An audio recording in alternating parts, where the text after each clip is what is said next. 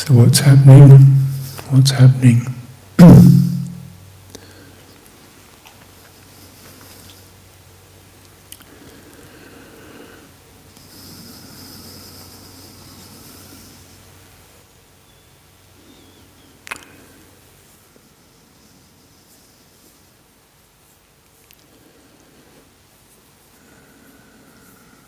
So we can notice changes. Now we're entering something that seems like a certain structure to it. As soon as we present those lines, what happens with that?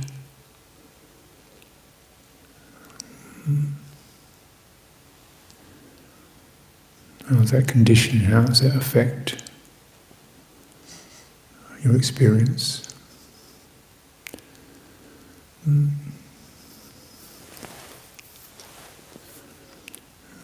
What's the knowing of that? And what's the suffering in that, the stress in that, or the proliferation around that? What's the sense of another day of this, another day of that, and on how long, get to the end, next thing.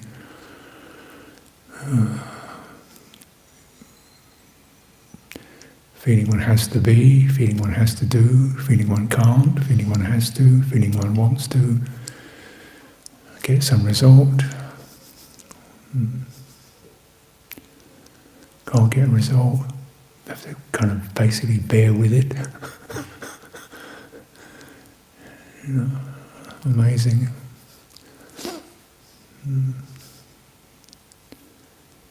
So what's happening? What knows what's happening? What's aware of what's happening in all the humbling qualities of that? Self is happening.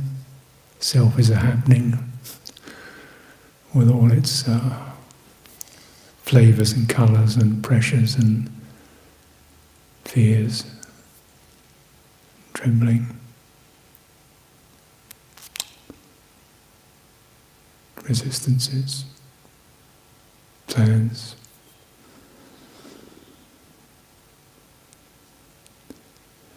So now we're just kind of dropping a net in the river and seeing what we catch in the mesh.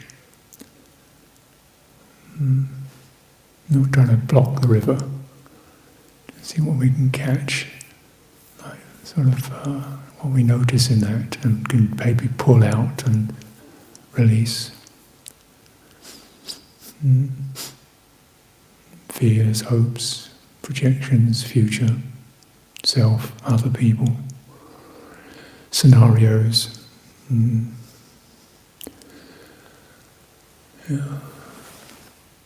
So I have no interest in being a chess piece on a chessboard, moved around every time a bell goes.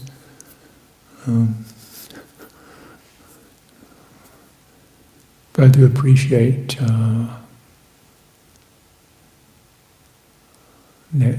things that contain qualities that nudge,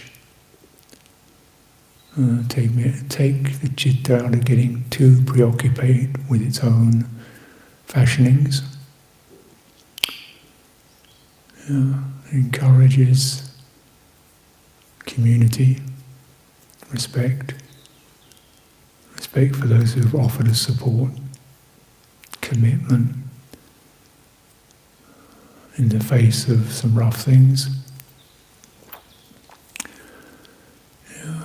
patience when met with long, seemingly long times of bearing with.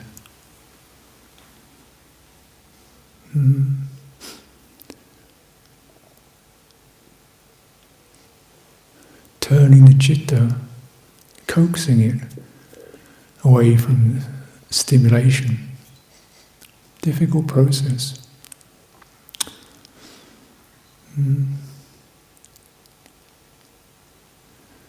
It's easier to coax a calf away from the udder and coax the citta away from stimulation. It just doesn't want it every now and then, it wants it all the time. Okay. And we coax that with something else to feed upon. Softer food, food of the heart.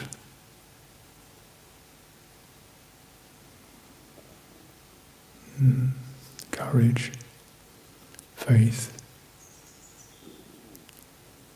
respect, deep patience,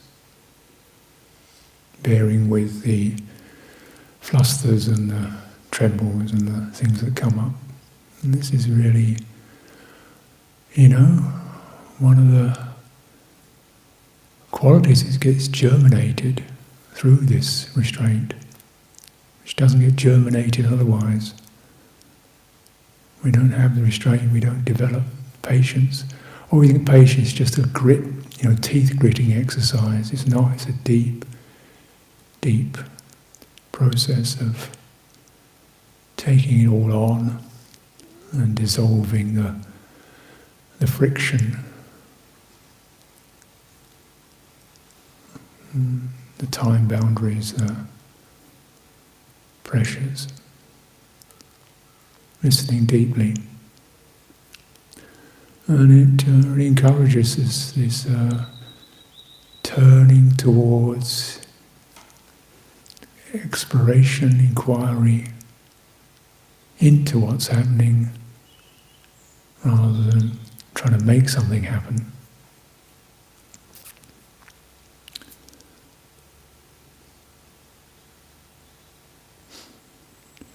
And when we can find a pathway for inquiry, you notice whatever you're inquiring into, there's always that listening, open presence, awareness. And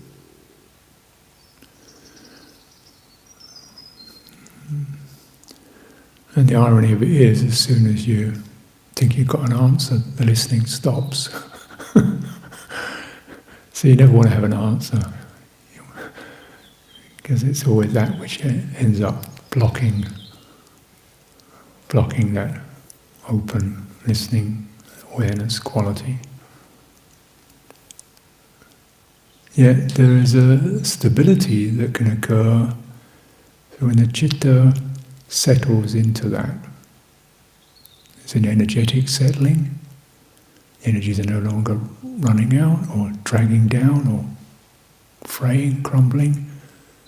And this is called citta settling into its energies are settling. We call this samadhi. When its knowing is settled not into knowing anything, but just to being knowing, we call this wisdom, deep wisdom. And these are the two beautiful fruitions that help each other and give us richness. And it's this, we are germinating this, and this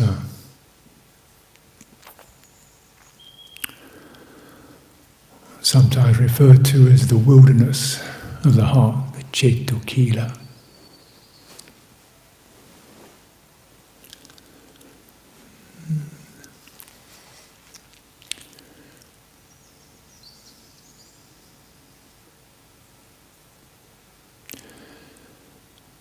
One reference is what's always here.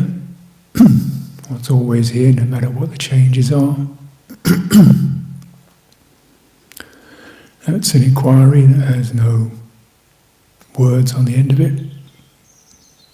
It's a pointing, it's a turning of the citta. And it's just good to know we can turn it. Citta can be turned from activities, from outgoing, from future, from abstraction, from stimulation. It can be turned it can be turned. This turning doesn't have to be, like wrestling a wild bull. It can be a gentle steering. What's present all the time? What's here all the time? And as soon as you turn that way, then the qualities of thought, idea, mood, they kind of step back. You've got something within all that.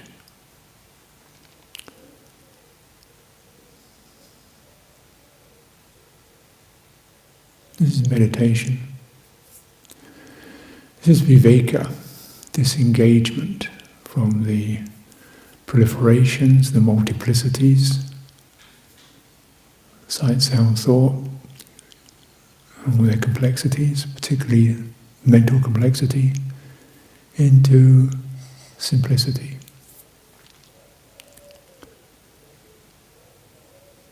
Simplicity is calming, solidifying, comforting. You don't have to reach out for it. This is meditation.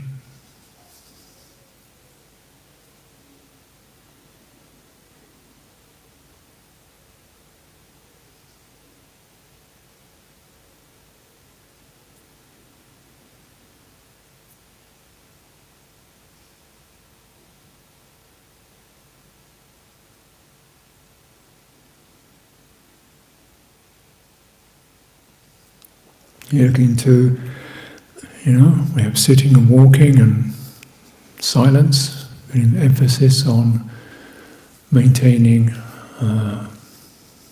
silence, verbal, not talking, apart from me, of course.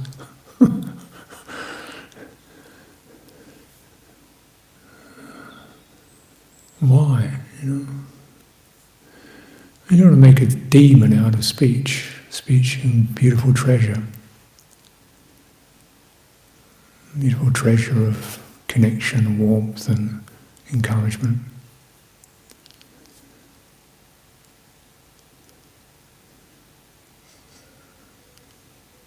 And where's it coming from? We want to know that. So we put one of our nets, restraining net, is on speech. So we filter out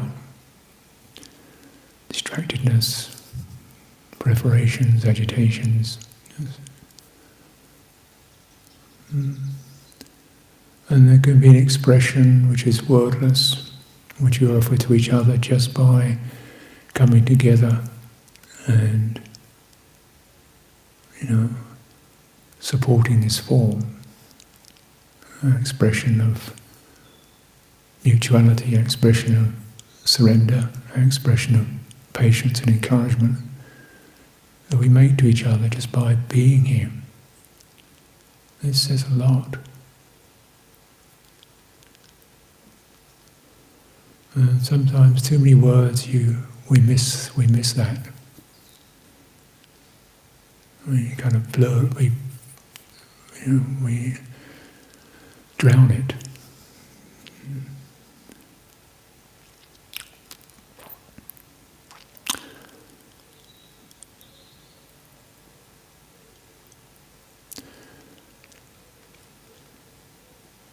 So let's not make this something that's like a brick wall structure or a closing down, a filtering out, putting a net in the river.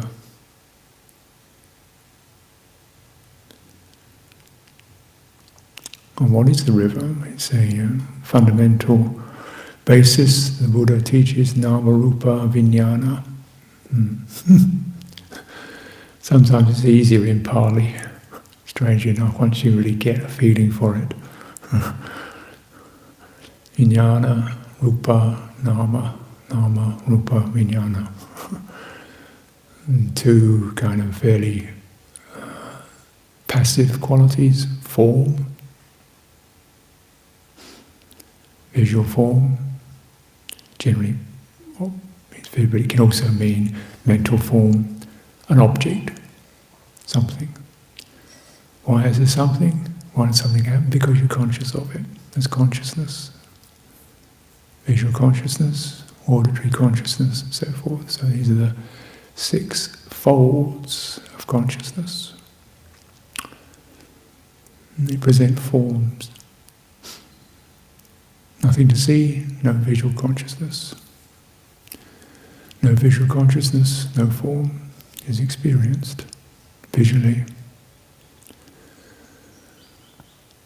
Nama, all the activities and handling and feeling and resonating and adjusting and attending and inclining and wavering and interpreting and all that.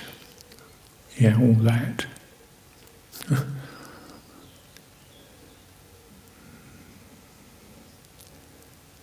And this is, that's what's manifesting.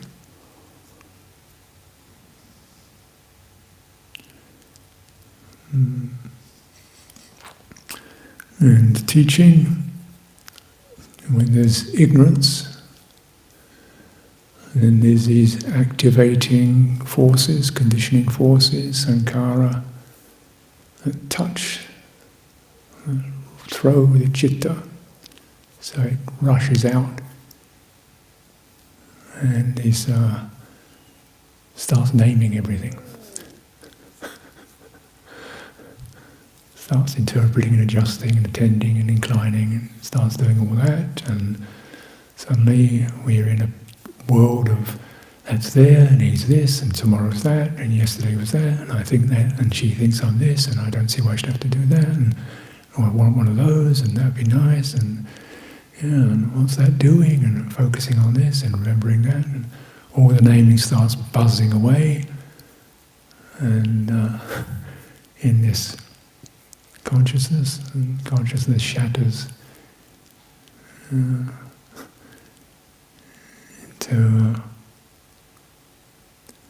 a world of here and there, me and you, should and shouldn't, and suffering, the arising of suffering.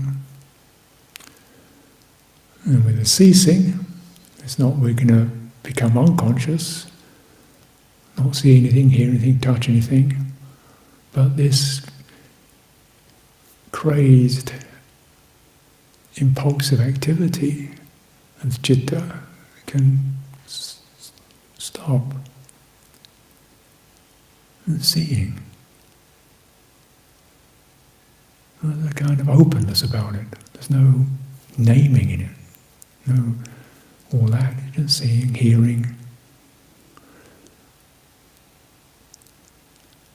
So know what you're trying to incline towards. Is citta can turn, and you can turn it. It can be turned, encouraged. Not so much away from the senses themselves, but away from this feverish or grinding activation within it. It's gnashing and surging and sinking. It's only suffering we're trying to bring to an end, not sense consciousness per se. So you can use seeing, hearing, touching, walking, simple.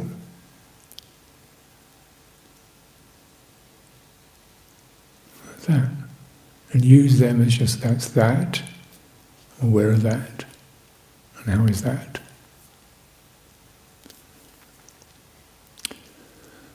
So, if we take example of visual consciousness. We're primarily visual and mental. As human beings, we're not great sniffers, like dogs.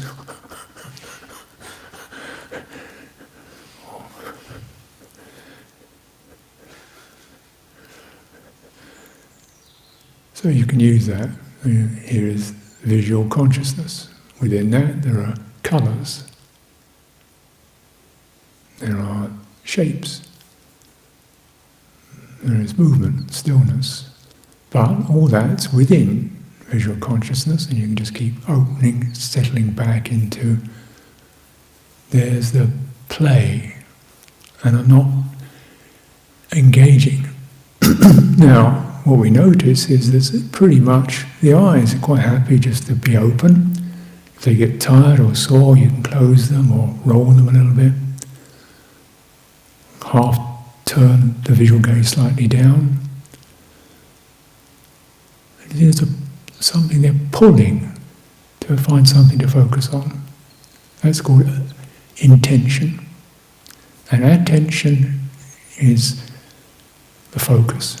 Somebody wants to focus on that detail, what we're attracted to. Details within that.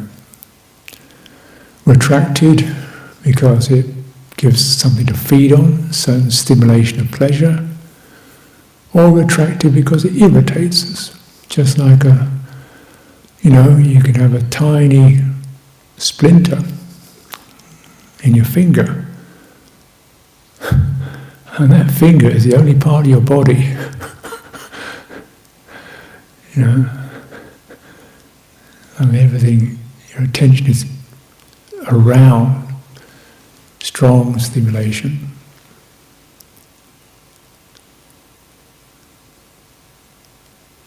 Can we know that as Dhamma, qualities of Dhamma, or contact, feeling, perception, attention, intention? There's that pull towards something that will give us a bit more feeling, a stronger feeling. Or something to activate, get going on. Notice that, and gently widening back to the whole picture. Take a breath or two, releasing that urge. This is the way you can cultivate, even your eyes open. Why? Why not? Why do we always take it as a default? We have to have our eyes closed. There's nothing the Buddha never said we had to. Most of the time we walk around with our eyes open, I hope.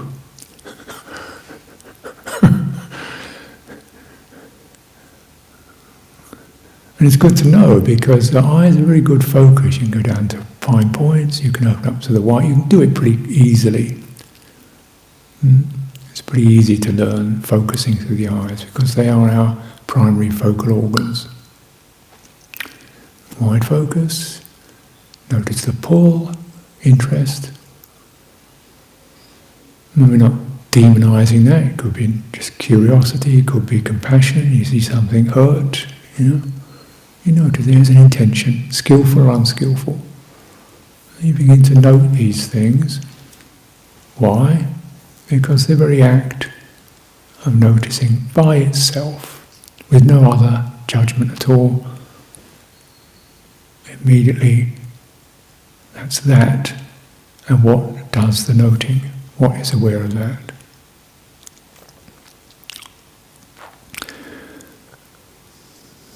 Why visual? Taking that as an example, because there's a lot less intense history, and in that, trees, stones, birds, clouds.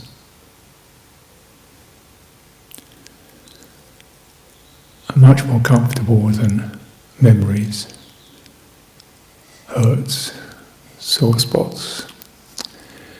And the default, by and large, for people is if the eyes close, you go into the mind.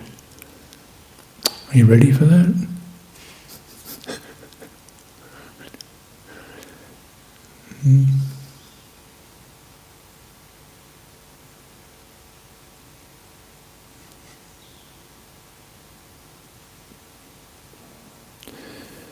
Do you want to get that ability to turn and shift your citta pretty fit before you enter into the jungle?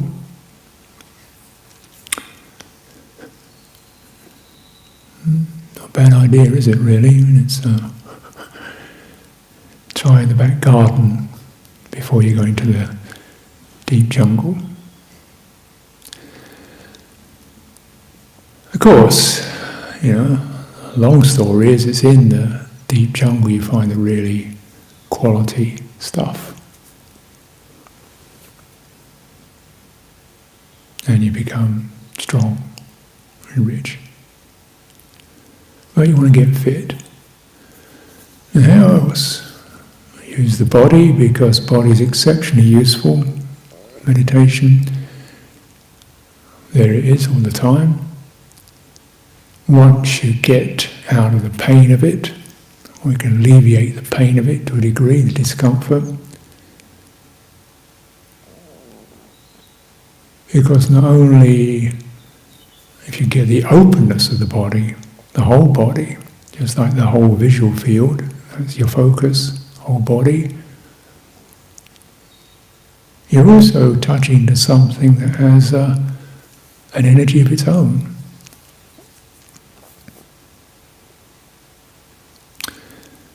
And there are only two consciousnesses that have that. One is the mental, but even that is really stimulated by citta, by intention. Body has an independent energy.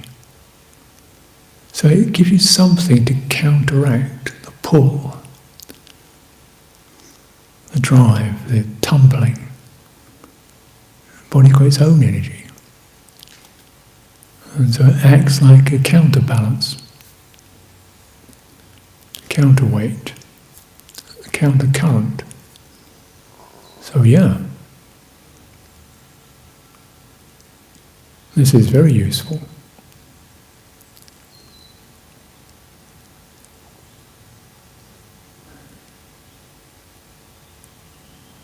But as it says, you enter the body in the body.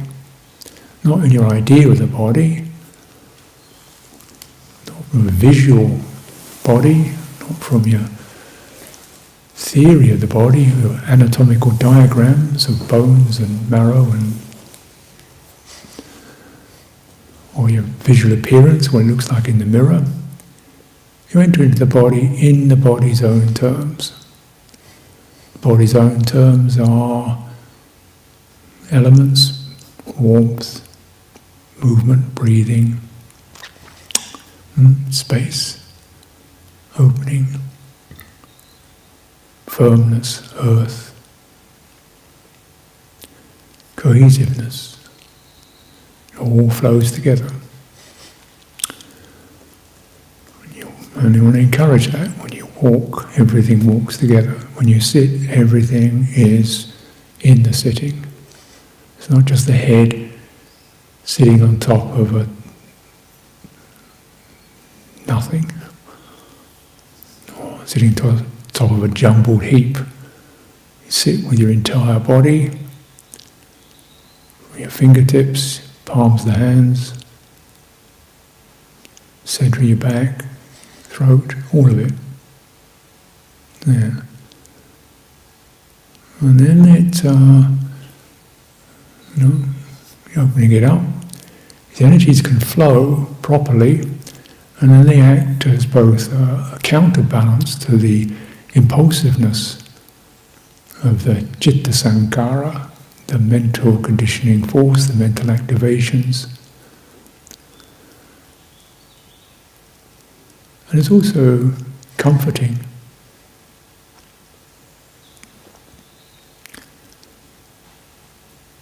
Because there's this gift.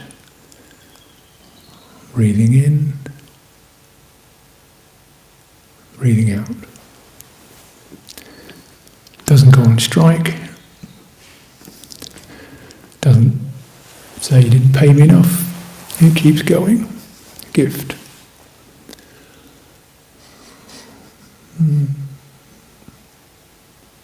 Gift of refreshing steadying, soothing, suffusing energy. We'll have some of that. Also, it's something that helps to wean the citta. So you're not just dumping from stimulation into void, but something medium. It's called the fine material. The coarse material is sense contact. Fine material is energy. It's suppler, it's softer, it's more shapeless. It's got a subtle form to it. Fine material form, energy. And of course it's got its own, when you get into that, it's got a certain radiance to it. A luster, a kind of warming effect. That's a nice gift for a Sunday morning, yeah. But you've got to do some work for that. And it's really, tethering. Tethering can be seen as both ungratifying restraint, oh, I can't, but also could be a beautiful connecting.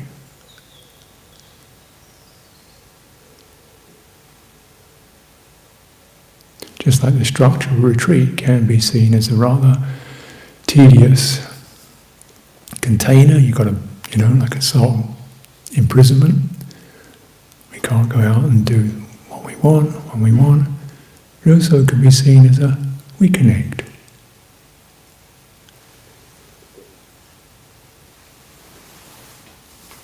We connect to a shared purpose, we connect to a lineage, we connect to a tradition, we connect to Buddha. We connect to the millions of people throughout history who've done just this and are doing it now.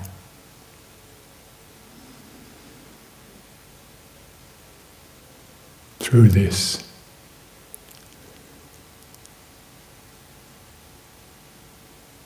This ongoing samsara. And this is important because it does help us to, when we know what we're in, really in, a certain resolve comes up with that. I want to carry my weight.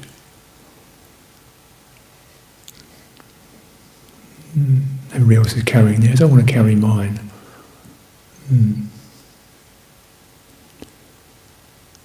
Resolve. It's not willful in that negative sense, but it's a sense of dignity and purpose.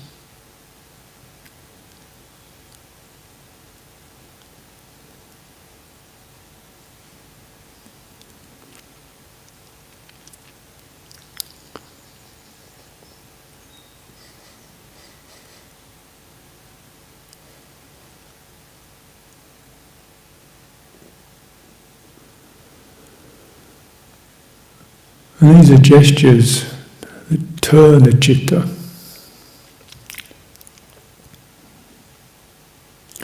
Turning the citta around from the stimulation, the abstract, the should, could, want to, what will happen next, and all that, turning it around. The beginning that's a continual need to keep turning it back. And it will turn. When it turns, and it knows why it's turning. This is about resolve. This is about refuge. This is about authentic truth. This is about something very intimate, alive, and it firms up. And this is the beginning of concentration. And the nursery of wisdom. And concentration is not focusing on some particular point. It's a concentration of the heart. And so we begin, and we remind ourselves, refuge, faith, resolution, path. And but this is not just a verbal thing. To me, I look around, I see other human beings, I get it. I get it. I get resolution.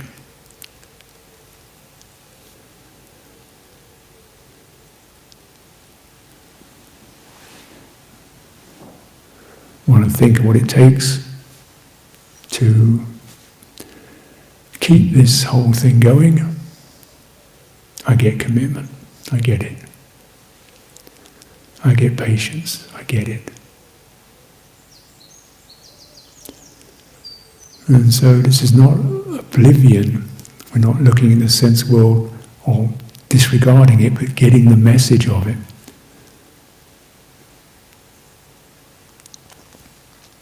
A skillful message, you will turn the citta basically in on itself. It's always been searching for something without realizing what it searches for is within itself. And so this is the needed turn of intention.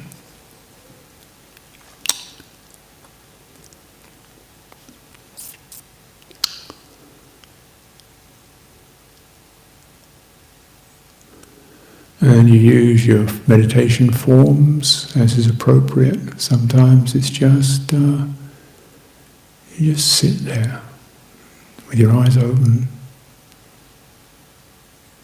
breathing out, breathing in, just letting the river flow through, and don't get caught in the twigs, rocks and plastic bottles that get stuck in the net.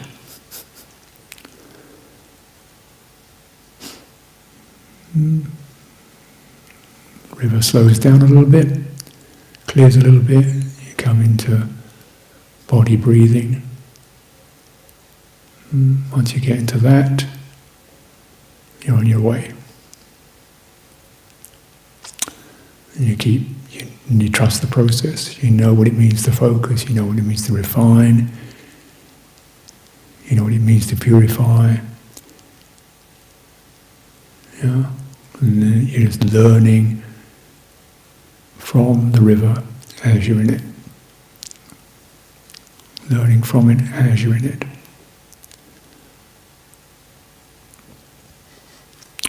So let's take some time for direct practice, entering this construction in a suitable way and using it to